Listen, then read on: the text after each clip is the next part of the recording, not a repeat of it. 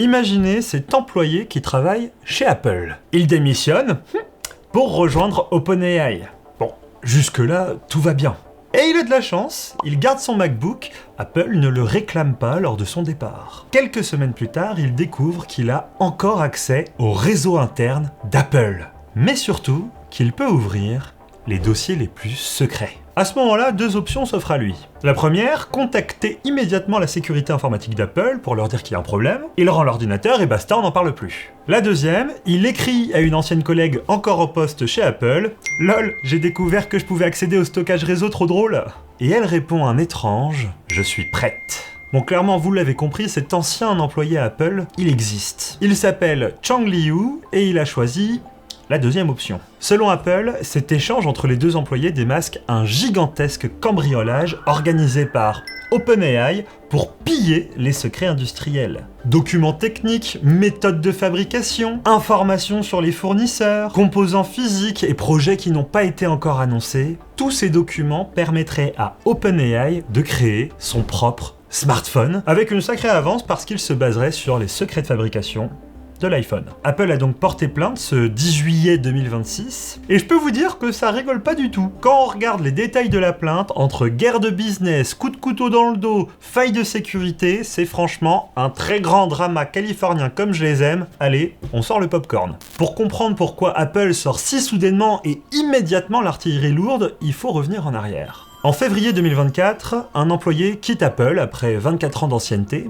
et c'est pas un simple stagiaire qui part avec 2 autocollants et une gourde, lui, c'est Tang. Et c'est loin d'être un inconnu à l'Apple Park parce qu'il a quand même terminé vice-président du design des produits un peu confidentiels comme l'iPhone, les AirPods ou encore l'Apple Watch, des petits produits. Bref, c'est le genre de mec qui connaît tous les rouages de la recette Apple, les méthodes de production, les fournisseurs, les exigences, bref, Tang, il pèse. Le truc, c'est qu'en 2024, il s'est cassé. Il a rejoint un gars iconique d'Apple qui était parti lui aussi, et sans lui, Apple n'en serait sûrement pas là aujourd'hui.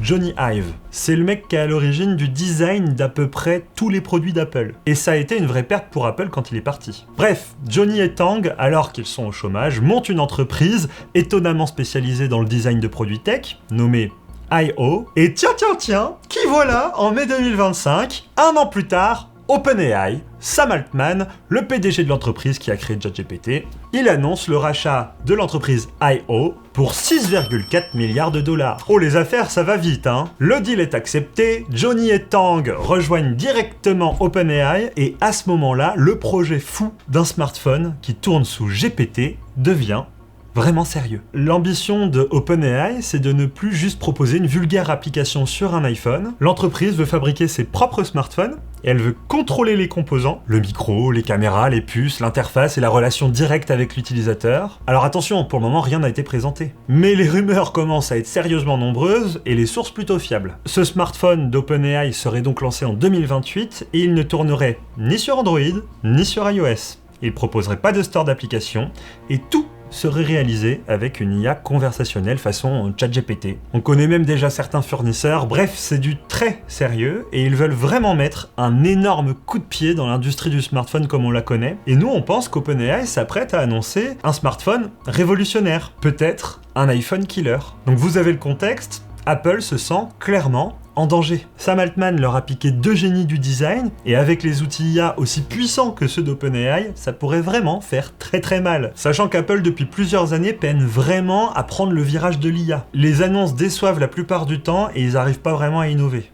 Il y a un gars qui est l'élément déclencheur de tout cet énorme procès, et c'est ni Tang ni Jony. Il s'appelle Chang Liu. Il a été ingénieur pendant 8 ans chez Apple, et le 22 janvier 2026, il démissionne pour rejoindre OpenAI. Le truc, c'est qu'il rend pas son MacBook de fonction quand il quitte les bureaux d'Apple. Je suppose que c'est pas rare qu'Apple laisse du matériel à ses employés sortants. Mais le problème, c'est que Chang ne se contente pas de laisser le MacBook prendre la poussière dans son placard. Quelques semaines après être arrivé chez OpenAI, il teste son accès au réseau interne d'Apple, et ça marche! Alors oui, il aurait très bien pu prévenir ses anciens collègues de cette faille de sécurité majeure, Mais non, il envoie juste un LOL à une collègue nommée Alyssa, qui est elle aussi sur le point de démissionner pour aller chez OpenAI, et Chang se met donc à télécharger des dizaines de fichiers confidentiels, des présentations techniques, des tableurs, des PDF, des informations sur des produits non annoncés, et des milliers de pages qui renferment la recette secrète de la fabrication d'un produit façon Apple. Et c'est là que l'affaire prend une autre dimension. Parce que si Apple accusait simplement un ancien salarié d'avoir téléchargé des fichiers, ce serait très grave, mais relativement classique dans la Silicon Valley. Apple, ils affirment que ce comportement s'inscrit dans un système de pillage beaucoup plus grand. Et au centre de ce système, on retrouve Tang. Faut comprendre une chose, en moins de 2 ans, 400 employés ont quitté Apple pour rejoindre OpenAI. Et oui, pour fabriquer un bon smartphone, autant débaucher les meilleurs ingénieurs qu'on peut trouver sur le marché. Le truc, c'est que pour les recruter, Tang aurait utilisé ses 24 années d'expérience chez Apple pour poser aux candidats des questions extrêmement précises sur les projets confidentiels. Il aurait notamment employé des noms de code internes pendant les entretiens afin d'interroger les salariés d'Apple sur l'état des produits qui n'étaient pas encore annoncés, ce qui, je suppose, donne un entretien d'embauche assez particulier. Normalement, on vous demande vos défauts, vos qualités. Là, ce serait plutôt... Et sinon, le projet ultra secret dont personne doit connaître l'existence. La batterie, elle tient comment? Non, parce que ça marchait pas à mon époque. Non, c'est pas que ça m'intéresse.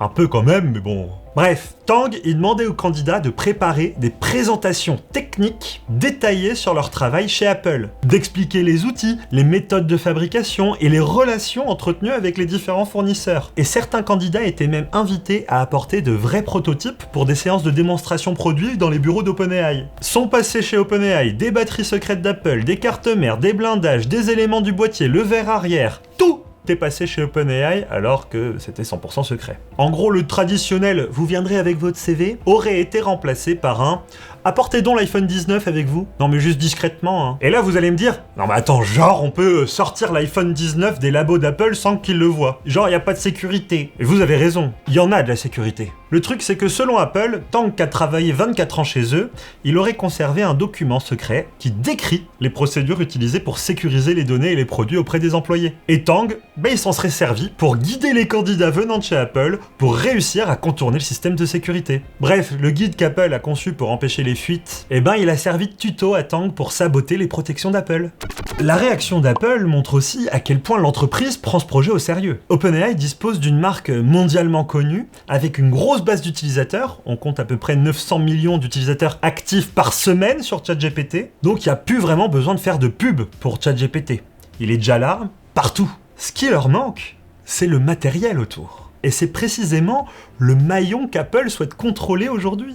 L'iPhone, c'est la porte d'entrée vers les applications, les paiements, les notifications, les photos, la localisation et toute votre vie numérique. Toutes ces applications, on les télécharge sur l'App Store. Et c'est l'une, si vous le saviez pas, des principales sources de revenus d'Apple. Alors ChatGPT qui promettrait un smartphone réellement autonome pour remettre en cause cette organisation, ça plaît pas à Apple. Parce que si l'utilisateur choisit plus directement d'aller télécharger une application mais demande simplement à une IA d'accomplir une tâche en faisant une conversation, la valeur, elle se déplace chez OpenAI. Je pense que vous comprenez pourquoi Apple est aussi un tout petit peu tendu dans cette histoire. Bref, Apple réclame donc des dommages et intérêts. On n'a pas le montant, mais je l'imagine avec beaucoup de zéros. Mais surtout, Apple veut obtenir une injonction préliminaire. Et ça peut faire très mal à OpenAI. Ça obligerait OpenAI, avant même d'être jugé, de figer certains documents et certaines équipes. Et donc ça pourrait sérieusement compliquer ou voire même retarder le développement du futur smartphone sous GPT. En plus de ça, le timing choisi par Apple pour porter sa plainte tombe parfaitement bien, puisque